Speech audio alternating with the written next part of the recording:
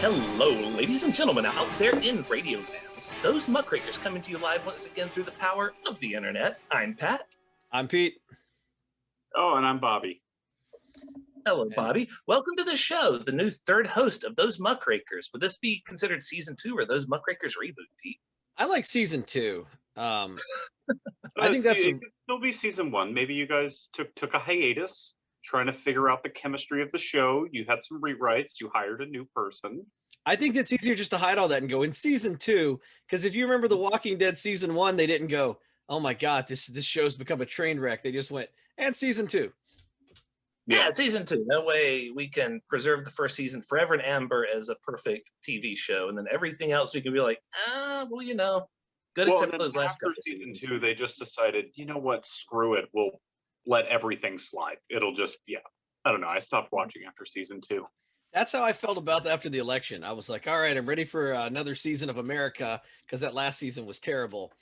And so far it's been, I don't want to say disappointing so much as, I mean, this is definitely a better season of America than the last season, but it's definitely not as good as I want it to be.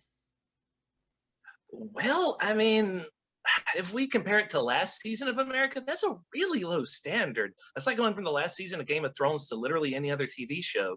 Like, you kind of got to raise the bar a bit above like trash tier. I do think that had we had a season 2 of Trump's America, that would have been the last season of Game of Thrones. You know what I mean? We would have all been super disappointed. Nothing cool would have happened.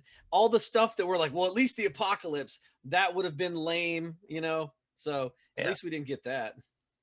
The dragon would have showed up and that's what melted Trump the desk did back in January. That was the storming of the Capitol. That was what all that was supposed to be leading up to. And it was, I saw somebody tweeted or put on Tumblr or somewhere, I don't know, it's in the ether. I found it on the internet. Was this should turn this way. Was this thing that was like imagine that you woke up at 6 o'clock in the morning, you went down to a Trump rally, and then you actually did it.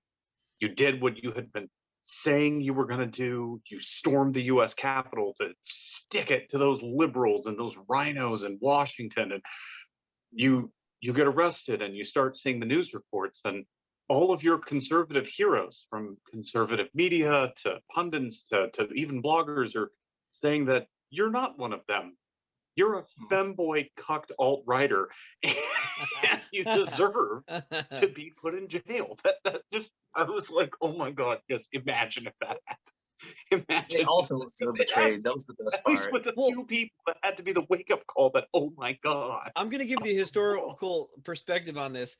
There is nothing more American than that, because after we won our independence, all of the guys that fought and bled and died, you know, getting rid of the British and everything, were like, all right, it's going to be our America, right? And then we taxed the hell out of them. And when they were like, where's our money? We're like, you shut up or I'll shoot you in the face. You're not one of us. And they were like, what? Do you think that back in the day when the original Tea Party was throwing the tea in the harbor and all of that, nowadays we held them as like great American heroes. Do you think back then they really were just like the Trump supporters in the 1700s? I feel like if you were the British, yes. To them, they would just be the MAGA idiots. Yeah. But no, we really like, as soon as America was, but instead of MAGA, it would be America. Make the colonies great again. It would just be MA. It would just be Make America. Make America great for the first. That'd be shortened. Make America. Ma. Make America. This is Washington's America. You don't like it, you can get out, boy. No, they had like several rebellions or almost rebellions because they were screwing people. Like, so people would go fight. They were screwing the soldiers though. Yeah, people would go fight the revolution and then come back, and some bank would be like, "Man, you know, you should have paid your mortgage. I'm gonna have to take everything." And he's like, I just got back from the war, and he's like, still, we're going to take it. So yeah, there's nothing more American than fighting. It's one of the funny. Yeah. No, it was one of my favorite, you know, post-colonial, pre-Civil War stories is the Confederation of States government. So before we got our current Constitution, the first U.S. government was a meeting in Philadelphia, and the soldiers were pissed that they weren't going to be paid, and so they were like, amassing in the streets, and they're going to like, really, do a January 6th to them. And just the Articles of Confederation were so fucking terrible that the state of Pennsylvania told them, no, we're not going to help you. They just said, no, you're on your own. I'm trying to remember. Christian cast. It was just Chad, state of Pennsylvania, with little weak incel Articles of Confederation. I want to say it was like Connecticut or somebody that was like going to invade another state, or maybe it was Pennsylvania that was going to be invaded by another state.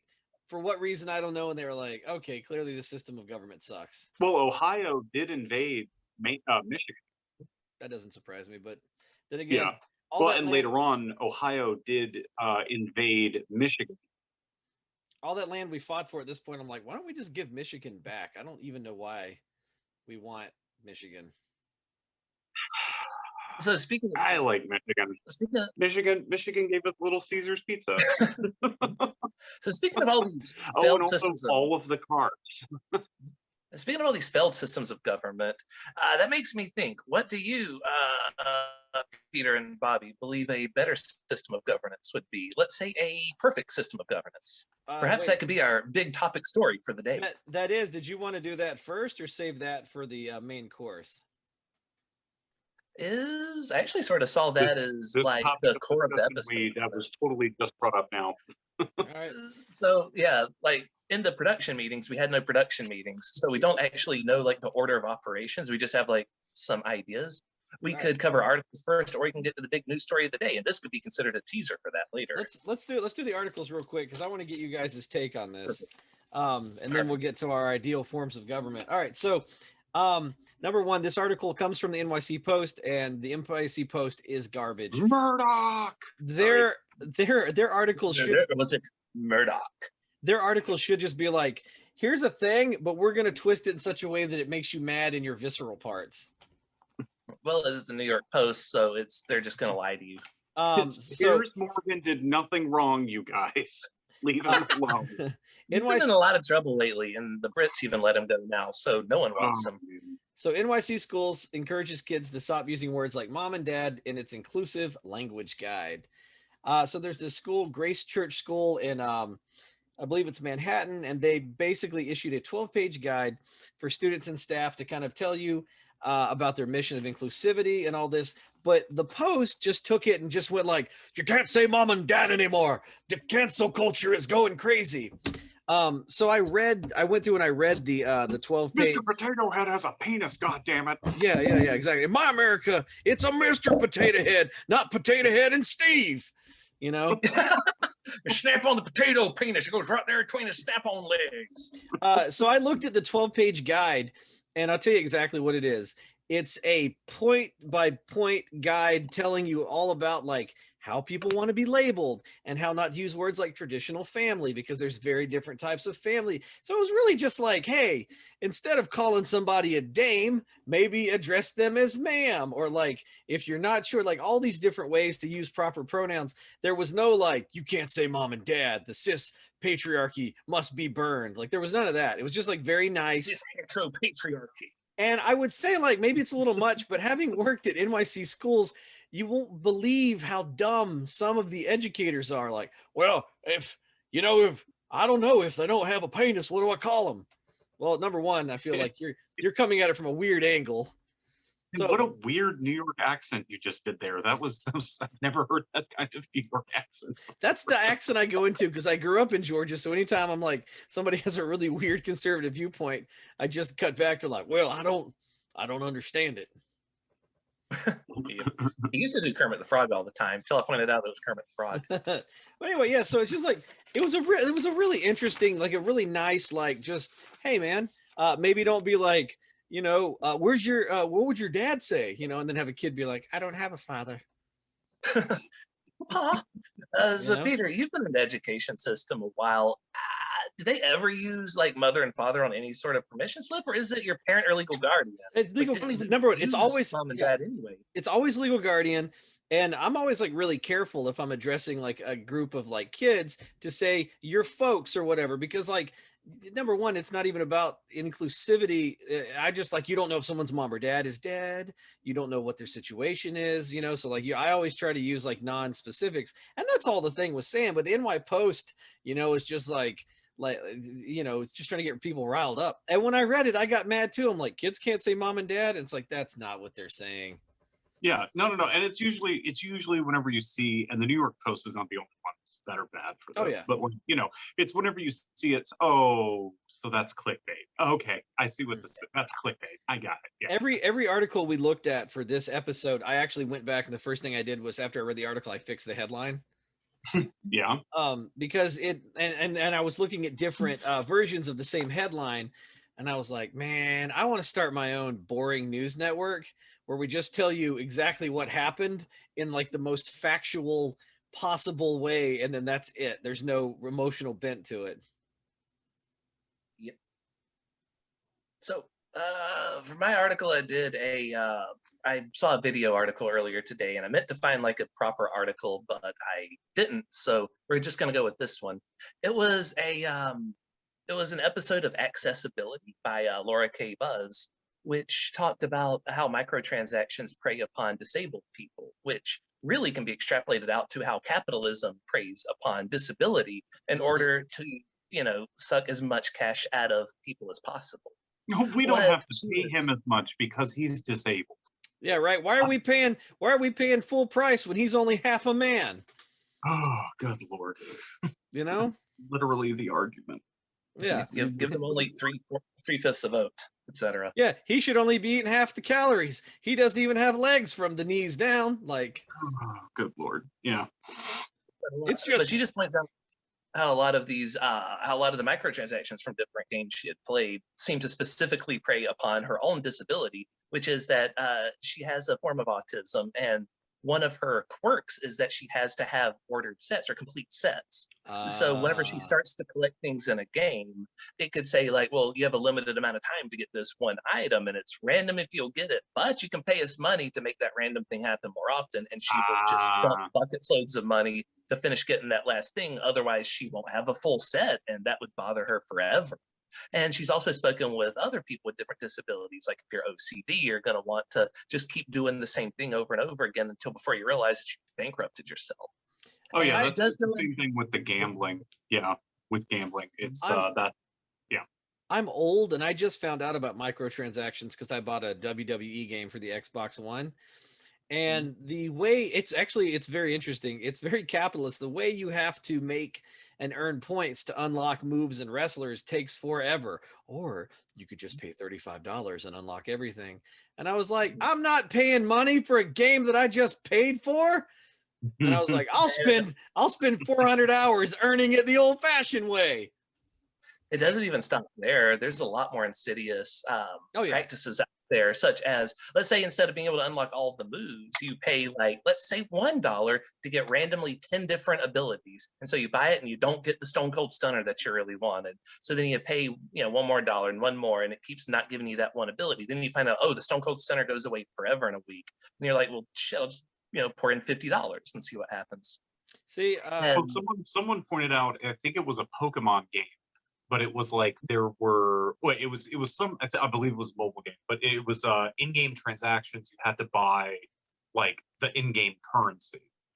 So you could earn that by doing things in the game, of course, but you could also just buy it in order to, you know, buy fun things in the game, like a different character outfit or things like that. Well, anyway, so someone pointed out, so it's one of these tables where it's like, you know, there's several different options for the amount that you want to buy, and it was like 100 of the in-game dollars was like $4.99, but then they were like, you get this special chest for 500 of them, but it was for 500 of them, but it was $25.99. So it was like, so it's $1 more than what it would be had I just clicked on this button 5 times. I'm paying for the convenience. It's just, my math is probably way off on that, but you get what I'm saying, right? It was, and it's even worse than that. because at that point you're spending virtual currency. So, of course you'll spend, 500 of this virtual currency. This is not real money at that point. You're just throwing Of virtual course. cash at a thing. So it feels less real. It's easier to Exactly. spend, but then you're out of it and you have to buy more. And Money's not even real. and here's a bullshit thing that some people do. Notice how, I think I know what game you're talking about. That game isn't quite as insidious as some, but some games are really, really bad about it. Like 10 real life dollars could equal 437 of the in-game dollars or something. And it's such like this weird transaction that you lose track of just how much money you're spending once you have the fake currency in the game. So you don't realize that, one currency is $1. It loses its real world connection to you. Yeah. So then it becomes easier to spend way more than meant to. It's all part of the matrix that's trying to, or has already hacked our brains to steal everything from us. Yeah. And I mean, everything else in capitalism does the same thing too, but it's just, it all comes back to the same type of insidious practices that want to try and squeeze as much money out of people as possible. That's all why businesses want the whales. They don't want the minnows. I'm so excited to get to Noam Chomsky because he actually addresses that when we get to our ideal forms of government. Bobby, want to do the let's see, the woman arrested for the mask in Texas? Yeah. So this is one of my just very most favorite things in the whole world is people, it's whenever people, this is a very I want to speak to the manager moment. So as we all know, Karens. Texas recently got rid of their mask mandate. Now, in that ending of the mask mandate, the government, at least the state government, left it open if local municipalities and businesses want to continue a mask mandate on their premises. They're free to do so because we live in a capitalist society and property rights. They've been free to do that since forever. Like there's certain restaurants and clubs you can't go into if you're wearing like a sweatshirt and a ball cap. Exactly. No shirt, no shoes. No shirts, no shoes, no business. Anyway, so this woman decided that she was going to, she rented, I believe she rented, she might own it, I don't know. But anyway, she's in an RV. So she said she was trying to do her bucket list because she's 60 and she's like, last year just taught me there's so much stuff I haven't done, yada, yada, yada. She told reporters after she got on bond how she was arrested. So she said that she wanted to use the drive-through of the bank, but first of all, she was there to close her account. She went on vacation and decided she wanted to close her bank account. So she goes to this Bank of America. This woman smacks of crazy, by the way, like driving her RV to close out all of her earthly accounts. Like this lady's on her way to blow up an abortion clinic. I swear to God. So if she had not been arrested, she would have been driving that RV directly into the Grand Canyon. Just, you know what I mean? Or like the article would have been like 65-year-old lady runs over inner city children with RV, yeah. No, but anyway, so she goes to the bank. She can't go through the drive-through, which she's like, well, I wanted to use the drive-through, but I'm in this RV. It wouldn't have mattered if she had even been able to go into the drive-through because you can't close bank accounts in a drive-through. That's crucial to know. And I think most adults probably figure that that's the case, that the drive-through is for deposits and taking stuff out. Also, you can close your bank account online now. You can just do that. If you have another bank account lined up, you can give them routing number, boop, they can pop the money over to the other bank. Anywho, but I like the personal touch. I like a guy with a suit to have to come out and address me by my name. Like I love in-bank business. It feels so good. But when I close up my bank account, I want to walk out with the sack with all the money in it and a big dollar sign on it. Yes. And I will be wearing black mask. The monocle. Yeah, exactly. And black mask and a monocle. Both important. But just like a small black monocle. And a little with a cane. Yes. No. So she goes into the bank after, I'm assuming, parking this RV in a bank parking lot, which that sounds like a lot of fun. I would have loved to see her do that. Most banks have very God. small parking lots so that no one can ram a car into the building. They're, built to not be very maneuverable spaces. But Yeah, my bank so not anyway, only she has like a apparently very goes into the high bank. step, but it's like up an incline. She passes 2 signs on doors that say mask required for entry. She gets inside, and a personal banker, like someone who's normally sitting in the little bullpen at your local bank branch, comes up to tell her, "I'm so sorry, ma'am, we're going to have to ask you to put a mask on." To which she basically responds, "This is America," and proceeds to cause a huge They scene. offered her. And They offered her a mask. They go. they offered her a Here, mask, ma'am. and she said she And had she a goes, mask I in the don't need it. car, but this is America. I don't need a mask. And they said, well, inside our business, you do need a mask. And it got to this whole thing, and she's apparently, cops were called, like the security guard, which is probably, just not want to see it kind of guy or lady, I don't know. But they call the cops. The cops are quick to show up. Something wrong at a bank. Cops in a capitalist country are going to be there. A 30-second response time. If you have a heart attack, wander into a bank. Exactly. I'm having trouble breathing. If you've been shot or stabbed, show up at a bank. If you can't get to, they will, it's the silent alarm. Pushing the silent alarm. Yeah. But anyway, so she's causing this huge scene, and then whenever the cops get there, she puts on another performance of I thought this was America." Oh, so sorry, no, this is America. The thing she yells whenever they're going, they're like, "Ma'am, you've been asked to leave, and at this point, it's trespass. If you don't leave, we'll have to arrest you." To which she proceeded to spew more. I'm sorry, I thought this was America." So she yells. So specifically, what she yelled, I love, because I see a ton of white Karens do this. She's like, "This is a public space. This is a No. Just because people are in it doesn't make it a public space. They do it in Walmart. This is a public. No, ma'am, this is a Wendy's. So anyway, the police are trying to gently escort her out of the building, to which she's still screaming, "I thought this was America." Obviously, she's not going to leave. So they proceed to try to arrest her. She goes dead weight onto the ground, and they're having to carry her out of the bank and all this stuff. And it's just the Karen pouting submission position. Yes. This is a hard one for me, because I hate any article that makes me in any way supportive of the police. But at the same time, mm-hmm. They were so at one point she starts screaming, "Police brutality!" And the cops are just going, "No, it's not." Which is cute. It's so cute. That is the cutest part of the whole interaction. "Please get up, ma'am." And I even wrote in the notes, I was like, I guess it is brutal when your systems of oppression come and bite you in the ass. You know what I mean? Yeah, that's pretty fun. And in a bank of all places, that would have been. She was so confident that what are you gonna do? Arrest me? Yes.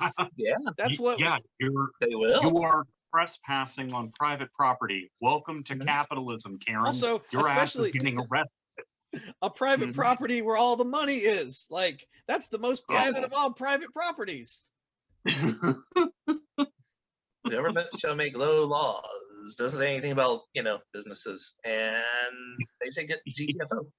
It is enjoyable a little bit, because I don't enjoy the police state at all, but it is enjoy a little bit when somebody that's lived so privilegedly believes that the cops won't arrest them. And they were still. I just want to believe that she's got a 14-year-old Zoomer grandchild who's going to be sitting at Thanksgiving 2021 and hearing her grandmother say stuff like, "Oh, all these stupid N-words want to defund the police and stuff like that." She's going to go, "Granny, you got arrested for trespassing," and then they tacked on resisting arrest, which is my favorite part. It's my favorite part. What made me mad was the headline I fixed. The headline said, hold on, let me find it. It said, "Woman arrested after refusing to wear a mask in Texas bank," and I was like, nope, woman arrested for trespassing. Let's fix that one, because you're trying to get those I can't make me wear a mask clicks, Right, exactly. That's another clickbait article, because it wasn't the lack of mask that got her arrested. It was her being asked to leave and then not leaving. Yeah, it was her being an absolute a-hole. Trespassing. Yeah. Oh man. So we got one more before we get to government here. This one Ooh, comes another one. this one A comes bonus article. this one comes from Reddit, the Am I the Asshole thread. I really like this one Yes, because we're bringing those back. oh yeah, because I was totally on the lady who got in trouble side at the beginning of this one, but as I read through it, I was like, oh, you're actually kind of a dick. So she asks, am I the asshole for getting a girl at work fired for having an OnlyFans account? And if anybody is like Yes, listening, she is. well, if anybody is You are listening to the this asshole. and they don't know what OnlyFans is, I guess people can subscribe and see your sexy pics, but I'm confused. Does it have to be sexy stuff, or can it just be like me eating Cheetos? Oh no! It can literally be anything. If you want it to be like ASMR, I mean, it's meant to be Right. sexy. It's sex work. It's meant to be sex work, and it's meant to help. I mean, it is very much a capitalist owned and run website, but it's meant to create a safer space for sex workers, Right. essentially. So this lady, the whole thing, the original poster, the OP is sitting down at lunch having a discussion with a coworker who's going on and on about her OnlyFans account and how she was getting subscribers and she's not going to be a desk slave anymore, and that they should all do it too and take their future into their own hands. First of all, I don't know about that. Like that's something that definitely not just anyone could do. Like it takes a specific type of person who's not shy about doing that stuff. And I'd say it takes like a certain personality type too. Not everyone's great at promoting themselves. I totally support like bang the drum of like, don't be a wage slave, comrade, but not everyone's gonna be suited for OnlyFans. What is it, each according to his abilities? Yeah. And some people don't have. Not every job is suitable for everyone. I mean, just because it clicks super well for her doesn't mean everyone will be able to slide in there. It's like if I discovered a super lucrative shoemaking business, I wouldn't be like, Peter, you should totally make shoes. This is the best life ever. You'd be like, I strongly disagree. That looks super boring. So the lady with the OnlyFans gets like super aggressive, and here's where she lost me. The lady's like, you should do it, and the poster's like, well, I don't really want to. I'm not really interested in that. And she's like, what, do you think you're better than me? And the poster goes, well, I don't really want to do sex work. And then the lady lost it. She goes, well, you know what? When your kids ask you why you're poor, you're going to have to tell them you had too much dignity. Like, insulted the lady's kids. So a manager overheard. But it's also we're in capitalism. So it's if you're not willing to sell your body, you'll have to tell your kids why you're poor.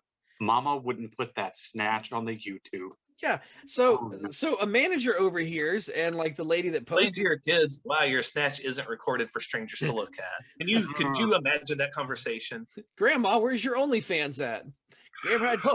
Grandma didn't do an OnlyFans. It's over here, son. Let me show it to you. Grandma had too much dignity to put her pooter on the internet. So while Leslie's over there like, what? They're not putting pooter on the internet all the time. Oh. So this lady, like a manager overhears and is like, what the heck's bringing back Leslie too? And so she tells the managers like, listen, like, I don't know, she just got mad. She's doing an OnlyFans, this, that, and the other. Well, like a few weeks later, she realizes that the lady with the OnlyFans isn't coming into work anymore. And people are like giving her like weird like looks and stuff. And so the lady's friends branded her an asshole and said, basically called her a jealous bitch and a slut shamer. And because the lady with the OnlyFans got fired, and they're like, you did this, you turned her in, you ruined her life. And so she goes to the manager, she goes, what happened? And the manager goes, well, we heard about it. We investigated. She had her OnlyFans next to her social media that said she worked for our company. And after we did an investigation, we decided that wasn't representation we wanted for our company, and we let her go. And so I'm like, it was the OnlyFans lady's fault. She did that to herself. Yeah, she's the one that stopped coming into work. No. She got fired. That's why she wasn't coming in. Oh, that's okay. Gotcha. Yeah. She noticed, she was like, where's the lady at? Because she was fired. Okay. Which is a company's right to do, but also maybe don't push your moonlighting job at your regular job. That seems a little bit aggressive, right? That also, yes, like that's like trying to get your coworkers to join your pyramid scheme. Mm-hmm. It's a little hey hon. Yeah, looking for some Don't boss you want to bitches. not get out here? Yeah. No, I thought that was so weird. Like I am pro moonlighting job if you need the extra money on the side, and I can see arguments for like people that work at hospitals anyone that works in the healthcare industry or anything that's dangerous definitely shouldn't moonlight, because you need to sleep at some point. Right. And prevent people from just being awake 24/7. That's why those rules exist. But also, I think for certain jobs it should be fine to moonlight. but either way, anyway. maybe just don't tell your current job about your side job, Yeah.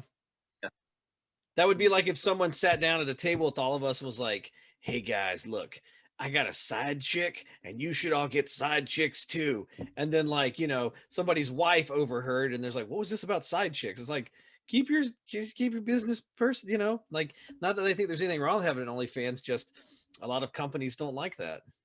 Peter, when your kids are hungry for a sugar mama, are you going to be able to look your wife in the eyes and explain to her why you had too much dignity to marry another woman on the side? I think a lot of people like I don't know. I'm really careful at work what I say and who I say it to, Mm-hmm. Just as I just try to keep my personal life Oh personal. yeah, I don't have any I don't have an OnlyFans. Yeah. If we put this somewhere, people On the tell me in the internet. comments, would you pay to see me do stuff? We should actually. I might get a side. 100%. We need to open OnlyFans for Wesley. I don't have any coworkers who I'm comfortable enough with to be like, oh yeah, like, hey, check it out. Here's my OnlyFans. Like, it's right. That seems a little bit much. Like, I got coworkers that I'm very close to, but even then, I want to be like, hey, would you like to see me completely naked? Like, that's never a conversation we're ever gonna have. Because that's basically what she's doing. She's like, people pay to see me naked, and they should pay to see you naked. No. I'm going to leave now because this is all going to end up in HR. So, viewers watching from home, would you like to see Wesley's bromide collection? Would you like to see him dancing slowly with? I'm saying we should just put this podcast on an OnlyFans. Dude, yeah, and then people can pay to see it. I think it might be like old days, early days YouTube. I don't know OnlyFans that well. I get my Pornhub like an American. Yeah, I don't know who pays for it anymore. Except for serial killers. Yeah, we could definitely do like a Muckraker season 2 paywall, right? Because season 1 was free, and I think that's where we went wrong. Because this is another capitalism anecdote I heard one time. It's one of my favorite. It's the most efficient system. It's just so efficient in making people pay to watch someone else talk. The question is, I guess, how do we put microtransactions into our podcast? Oh, we definitely need to do that. Oh my God. Yeah. So for like $2.99, you can hear Wesley's poem of the week at the end of each episode. Or just be Wesley reading some random onion story he found again. Or what was it? The turnip. Remember he read like the big turnip story? Our 4 accidental listeners would be like, I'm not paying for this. One of them, it'll only take one. We need one Muckraker well, and we'd be all set for life. Exactly. I was going to say the anecdote I heard, though, that I mentioned is one time there was a guy who had a bunch of windows he was trying to get rid of. Took them all out of his house or something, put them on the side of the road. They're perfectly good windows. He put a sign out, windows free, free to anyone that wants them, just pick them up and go. He had them out there for several weeks and no one ever picked any of them up. They just stayed out there in the weather, just rotting away. So finally he went out there one night and he changed the sign from free windows to windows $20 each, right? And the next day they had all been stolen. I'm just saying, we will create value by charging people money for Muckrakers. I was gonna say, I feel like this was like a baby boomer story. You know how they have all those anecdotal reasons why you should support capitalism, but they're always like a weird anecdote that you can't trace to any person, place, or thing. It was a 70-year-old that looked just like Mitch McConnell that told me the story. Yes. Exactly. See, exactly. They're like, and that's why capitalism is good. I'm like, I didn't say it was why it's good. I'm just saying it works. People associate something having a price tag with it having value. And the higher the price tag, and the whole thing, and it's this whole thing, and I have to keep telling people this because it gets so hyperbolic of like, it's the best, like talking about anything, going, it's the best system ever. No, it's fucking not. It's not. Terrible. Nothing is. But that's the point, and they keep trying to tie it back to it. This is some of the projection of like, well, you wouldn't want to live in communist North Korea. No, I wouldn't. That's not the only other system. Advocating that we create a system like North Korea. I was watching some a special once on and some. Can we say fuck? Yeah. This going on YouTube, is that like a demonetized thing? I don't know. I have no idea. But Well, We don't podcast monetize is our definitely for episodes. kids. I thought they right? stopped. I thought they stopped monetizing stuff. Yeah. If kids are listening to this, Oh, they're either YouTube will still let you monetize things. I don't monetize anything on YouTube. Yeah. And the rule with that is you just don't say fuck or shit within like the first minute and a half. And okay. if you So don't, then their algorithm won't detect. Oh, fucking so we're algorithms. good. No, I saw some it was a documentary once on this indigenous tribe talking about systems of government.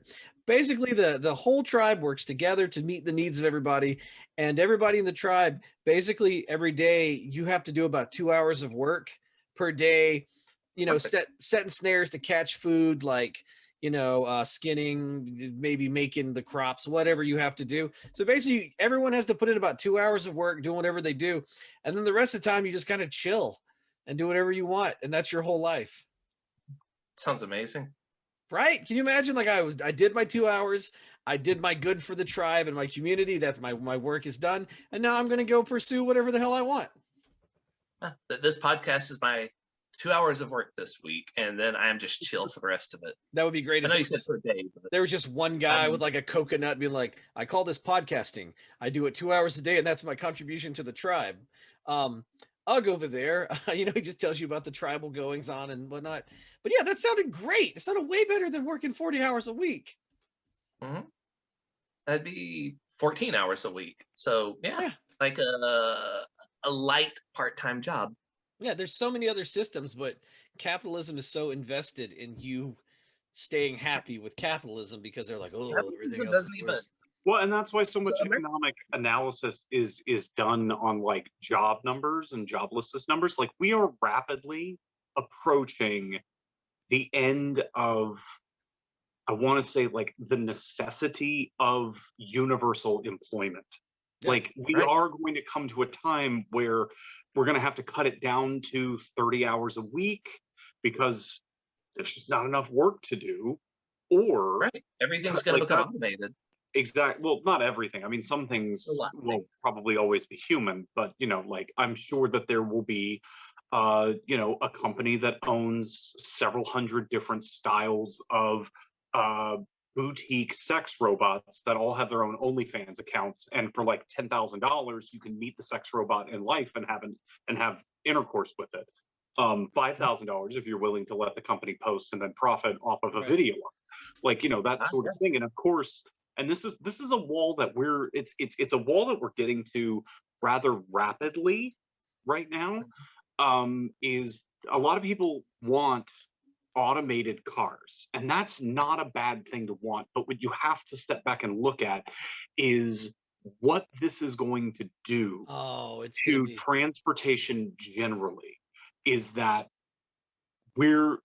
truck drivers will be immediately out of work, especially short haul and long haul truck drivers will be out of work. And part of the reason for that is it's going to be too difficult to insure a human driver.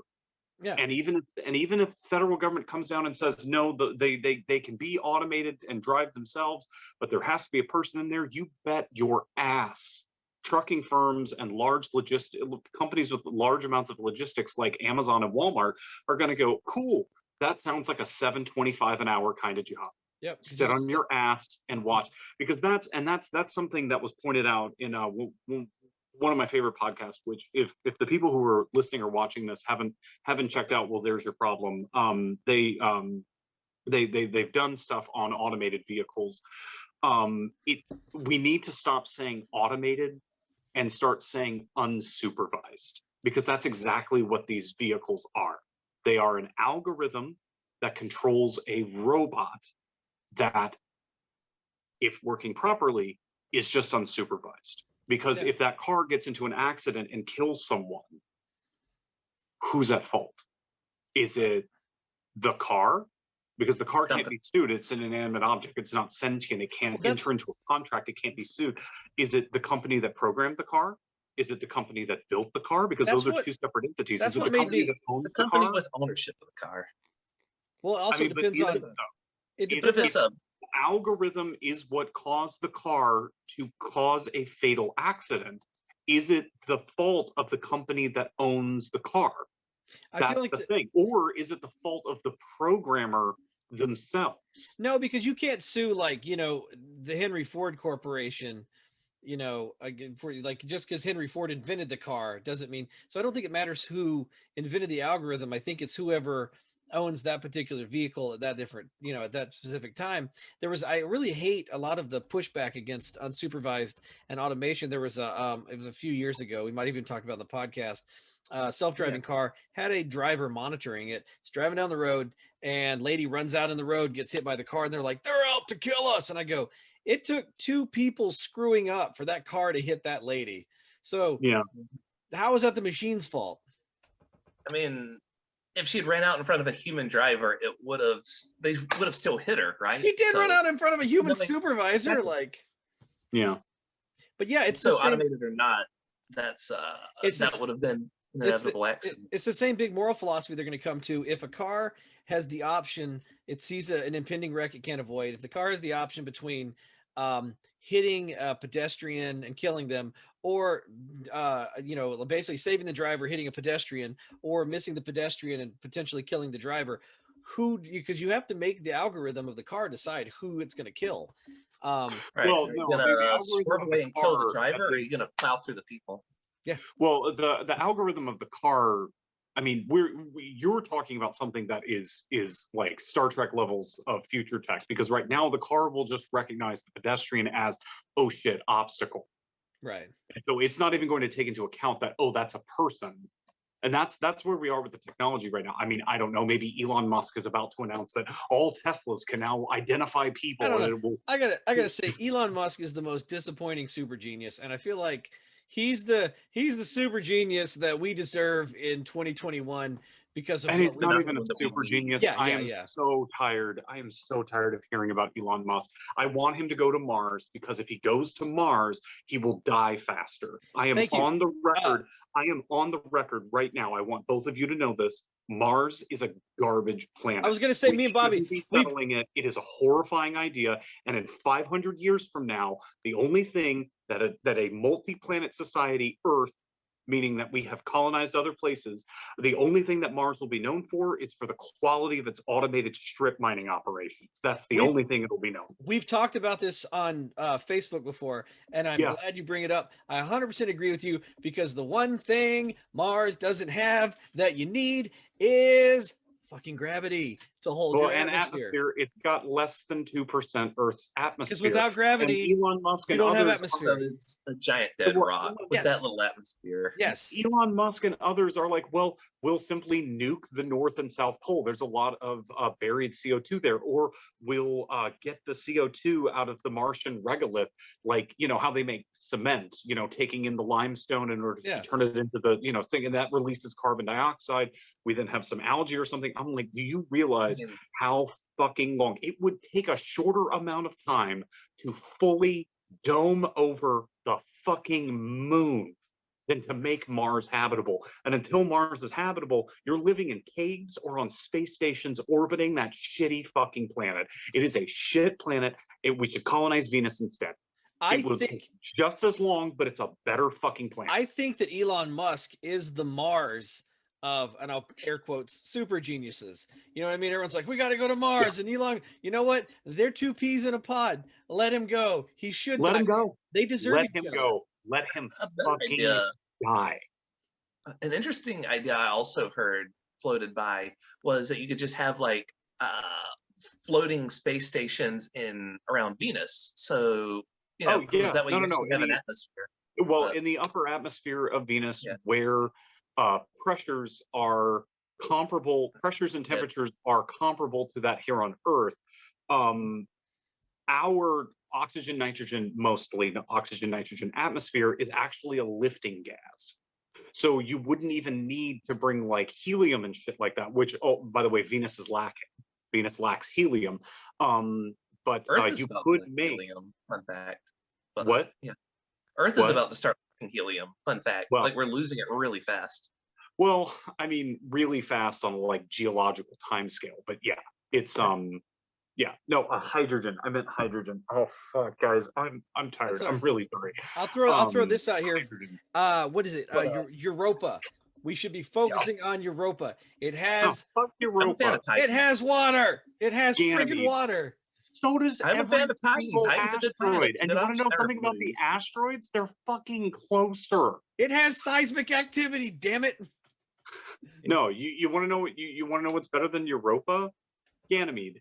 Ganymede It's not has an electromagnetosphere, so you'll need less shielding to protect yourself from the gas giant's immense electromagnetosphere. Ganymede and Callisto. Callisto is completely outside of Jupiter's electromagnetosphere, but both of them, it would be about the same amount of gravity that you have on Earth's moon, even though Ganymede, the largest moon in the solar system, is technically larger than what is considered the smallest planet, Mercury. I will say, I do But like that it's we all not agree as on this, dense. though. Mars sucks. We should stop trying to, I won't say we should stop. It would be easier to colonize Mercury than colonizing Mars and terraforming. Like if you wanted to colonize, and it would be the same experience. You would be living underground for fear of deadly solar radiation. Without the gravity to hold an atmosphere, nothing you do terraform wise matters. Then Mars can't hold on to its own atmosphere. No, it can. If we were to somehow magic Mars an Earth-like atmosphere, it would, and we were able to magic Mars an not an electromagnetosphere, but well, if we were able to construct a device that gave Mars an electromagnetosphere and we were able to give it an Earth-like atmosphere, it would probably hold on to it for a few 100 million years. Right. I mean, you're not going to get that type of longevity out of the the longevity that you need out of but we're talking again geological timescales. But here's the thing: Mars needs atmosphere. Where do we get it from? Well, Venus has too much. Mm-hmm. Well, I will say literally have the floating cities mining gas and using using orbital starting to be like Star Wars. Huh? This is starting to sound like Star Wars when we start talking about like the gas mining planet. Well, exactly.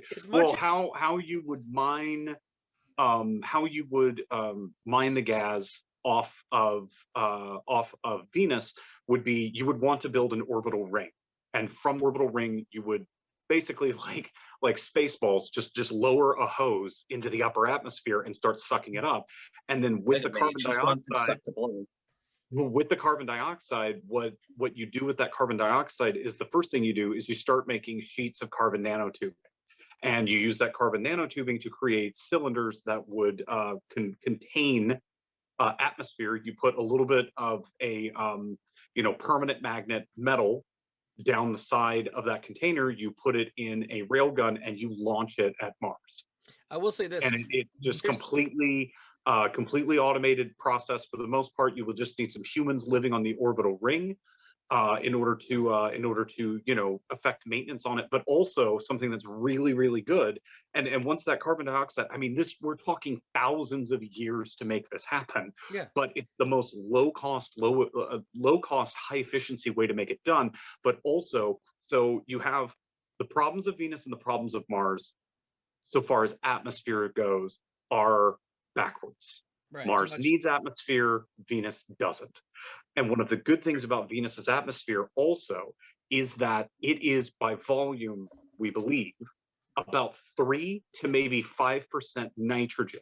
But because Venus's atmosphere is 90 times that of Earth's, that 3 to 5% nitrogen is 3 times the amount of nitrogen on Earth. I was going to say, or we can just put Elon Musk on Mars. So it's Mars, not just carbon dioxide that we would be mining. We would also want to get that nitrogen out of there. And what Mars can send in return in this solar system economy is Mars will then build vessels to go and start colonizing around the gas giants to get hydrogen to ship back in very much a similar method. Because you don't want to haul ice or go out to the Kuiper Belt and get ice and then bring it. You don't need all that oxygen that's contained with that hydrogen. We already have oxygen. We just have to get it out of the carbon dioxide. What you do is you get hydrogen from the gas giants and you ship it back in these giant fucking containers. In fact, that's a good use for them after they've arrived at Mars and have been, released into the atmosphere. You then turn around and recycle these giant fucking containers that'll be, the size of the island of Manhattan, and send them out to the gas giants to then be shot back to both Mars and Venus to provide them with hydrogen. This is why I say just put Elon Musk on Mars and let him talk, because so much bullshit comes out of his mouth that it would create its own atmosphere. Yeah. There's, but it's and then we add Wesley to Mars and get all the pressure we need to keep the atmosphere there. So this brings up an interesting point.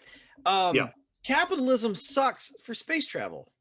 I'll give you an example. When I was a kid, we went to space. What if the God Emperor hears you talking like that? I'm sorry, Warhammer 40K. Sorry. So when I was in space camp, they were telling us about the space shuttle and how the edges and the nose are made of this stuff called reinforced carbon, which costs like $1 billion a square foot, because it's what keeps the space shuttle from burning up upon reentry, because it's like the edges of the wings and stuff. And I remember as a kid when they're like, it's $1 billion a square foot, and I was like, but why? It's all of humankind going into space. Who do we pay $1 billion for? It's like it's like a brick. Like why money? Why this costs money? Like I didn't understand. And I still don't to this day, like who's the contractor that goes, what do you do? Well, we opened a company for a month and we made reinforced carbon and now we're all billionaires. Yeah. Yeah. Like that blew my mind. I was like, what? So if we're ever going to get off the earth, we got to get rid of capitalism. Well, it's very much most of us will not be getting off of Earth. No. I really like since the topic today, we've gone off on a tangent, but I really like I don't know how y'all feel about it. I'm not a huge fan of UBI, but I don't even know what UBI is. Universal Basic Income. Oh yes, huge fan. I'm not a huge fan, and I don't disagree with it. I don't disagree with it and its merits. But while we're talking about spacefaring and science fiction-y and futurism stuff, do either of y'all watch The Expanse? You know what? It's funny. I started it. I for some reason stopped. I'm actually going to go back and rewatch it as soon as we're podcasting. Right. So on Earth, in the world of The Expanse, so humans for Wilda, humans have colonized Mars. Terrible idea. It's a horrible planet. The asteroid belt and the outer planets. It's mostly Titan and Ganymede, but also there's some like shipyards on Callisto and stuff. And well, Titan is apparently where billionaires go to retire. That is apparently one of the big Florida of space. Titan. It's the Florida of space, basically. Yeah. Anyway, and in this, because it is still very much a capitalist humanity, a lower class of on Earth and in the asteroid belt has developed. And in the asteroid belt, they're called belters, or what they call themselves, Beltaloda, which is in Belter Creole, which is this language that has, become a thing. Well, anyway, Mars and Earth both control the belt. Mars is, for all intents and purposes, its own country that seceded from the United Nations, and because of societal problems following catastrophic climate change, the United Nations now controls everything on Earth and Luna, Earth's moon. One of the things that's going on Earth, the lower class on Earth is known as basic. And basic is you receive a stipend from the government for existing. And I love it. One of the so the Martians, who are all about efficiency, they are, born and bred for you will die for Mars and the dream of Mars, of a green Mars, and we have to do this before the Earthers totally fuck up Earth. And because they're and it's something like, I think it's mentioned in the books that like 30% of Earth's economy is just recycling and water reclamation. And it's there's 22 billion people living on Earth, and a little over half of them are on their UBI system called basic. And they're all, for lack of a better term, they're homeless, and they're receiving basic. But I don't hate the idea of UBI, but I see it as a band-aid on neoliberalism.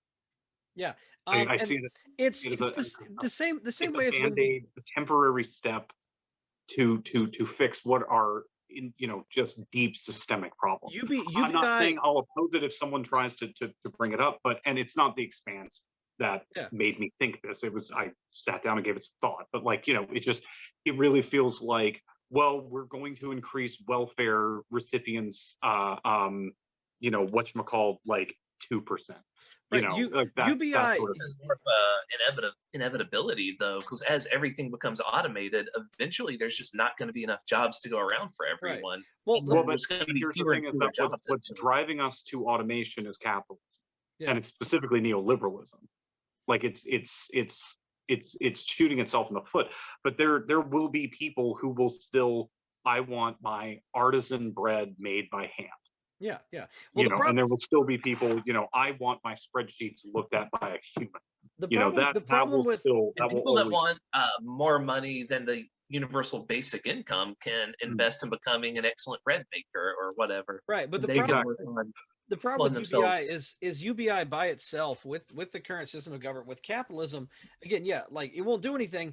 It'll just become kind of the new welfare, where if you look at people that are on, food assistance and stuff like that, it's not a comfortable life. It's like, we're not even giving you enough to survive. And what we give you comes with so many strings attached. It's next to useless anyway. Like when I worked at a gas station, you can buy certain foods. You can't buy any hot food. So I can buy a frozen burrito with my food assistance, but if I heat it up before I pay for it, I legally then cannot buy it because it has become hot food. Weird. Because they have all these rules because they don't want welfare recipients going to McDonald's. Like they're very strict on what they can buy and how they can buy it, which I imagine all of a sudden conservatives care about the nutritional value that food poor people put in their mouths. Exactly. Good Lord. Yeah. So no, I love UBI, but I'm with you on that. Like I would hate to see UBI without more stuff, a better system of government, which, we were going to get into that. We'll definitely get into that last time because we're running out of time. But like there was a Noam Chomsky thing I read that I liked about this sort of anarchy ideal that says any form of government, that any power structure has to justify itself. And if it is unable to justify itself, then it should be dismantled. And I really love that. I don't ever see how it would. I mean, I don't understand. I don't know how it would work, because it's a lot harder to build something after you've dismantled it. But man, I love just making. I just love making power structures justify why they are in power. Yeah. And speaking of power structures that are in power and things that work, the best possible systems of government will be revealed next time, because we're actually out of time on this episode. So if people actually want to see the meat and potatoes of this episode, they have to tune in again for episode 2 of season 2 of those Muckrakers. Leave it on a cliffhanger. The reboot. Dun, dun, dun. Next time on Star Trek: The Next Generation. Fire. All right. I am going to stop recording. Are you going to hit them with the socials?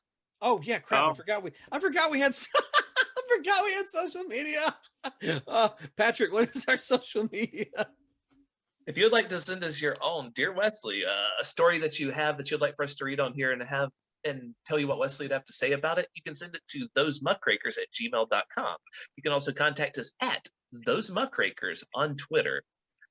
If you'd like to support us financially, you can buy any book in the Dust Belt series. Right now, there's just 2 because my copy editor is being super slow about getting back to me about book 3. Peter. Yeah. Well, it's not my. I was gonna say it's not like someone else didn't just get into a new relationship and like, oh guys, I can't do creative stuff right now because love. I mean, I did just finish writing 3 new books, so they can buy up to Dusk Belt 2 Super Lad and all these others, Wolf and the Ghost, Unstoppable, all these will be coming out soon. We'll get the other ones out. Bobby's, anything you want to plug? Yeah. That podcast that I was talking about earlier, it's a engineering disasters podcast from sort of a like a syndicalist Marxist analysis. Basically, it's always management killed these people. That's pretty much their conclusion in every episode. But it's called, well, there's your problem. And I would say that it's probably one of my, I don't know these people. I'm just saying It's one of my new favorite things. I've been watching them for a year. They're on YouTube. You can check them out. It's called Well, There's Your Problem. That sounds And cool. I think it's for the name alone, like that's just such a brilliant fucking name for an engineering disasters podcast. Like Oh yeah. it would be like, you know, mid 90s A&E show about engineering disasters called Well, There's Your Problem. I would And it's 100% usually a check very that. simple thing. Like there was a building collapse in, I want to say, Kansas City, where like 300 people got crushed, and it was because a contractor didn't misread the plans but found a slightly cheaper alternative, and it was literally 3 bolts killed almost, I think it was like 120 people. It's called the fuck is that called? Give me 1 second. But anyway, yeah, That's like when I was I mean, I'm on Twitter at Captain Bobbers, CaptBobbers, but that's mostly just me retweeting local comedians. But if you want to hit me up, yeah, I don't care. I probably won't. Yeah, I honestly post political stuff. You know, like how dare Donald Trump cook steaks well done? Who the fuck does that? A psychopath. A child does that. That's it. Well, from what you guys told me about how the podcast used to go, I figured I'd have to get in a jab at Trump at some point, just is for tradition. I will add this. His former press secretary came on the other day and was like, no, the one after that was the one that was there. The one that was there for like 2 days was like, he should be getting credit for the vaccine rollout. And I was like, you're not even a person anymore. You have no job. Shut up. Are you the person that came in after McEnany? Whoever the last one was, I don't even know their name because no one cares, was my point. He had a couple of rock stars there. There was there was what was it, Sean Spencer? Spicer. Sean Spicer. Yeah. Well, I think what's her name on Saturday Night Live really made him famous. Yeah. Then we got to rehabilitate him. He went on Dancing with the Stars. That would be kind of don't give a fuck. He supported monsters. Got to be on Dancing with the Stars. It's the equivalent if we heard from like the grandson of President Taft's press secretary. Who cares? Yeah. It's insane to me that for an entire presidential administration, Pete and I knew the names of everybody that worked in it, and never for a good reason. Yeah, like that was the worst. Yeah. Right now, I can't tell you who the HUD secretary is. Now I can't tell you the Department of Education is run by. He gave Buttigieg a job, and he's biking to work, and I'm supposed to care about this for pride reasons. I'm sitting here going, first of all, straight people need to understand he's not the first gay cabinet member. He's the first openly gay cabinet member. Because everyone knows that Lincoln was gay. There is proof. His wife, it was a marriage of convenience. Lincoln was the first gay president. Every time I hear about Lincoln being gay, I think back to the American Dad episode called Lincoln Lover, where Stan produces a one-man play about Lincoln and his bodyguard, and it just gets this like huge following in the gay Republican crowd, and it goes on a gay Republican cruise. I fucking lost it. No, but anyway, so no, not plugging anything, just you know, anyone out there feeling like it, go seize the means of production. Let's also plug the upcoming Wesley Bowen OnlyFans. There we go. Yes. All right, guys. All right. And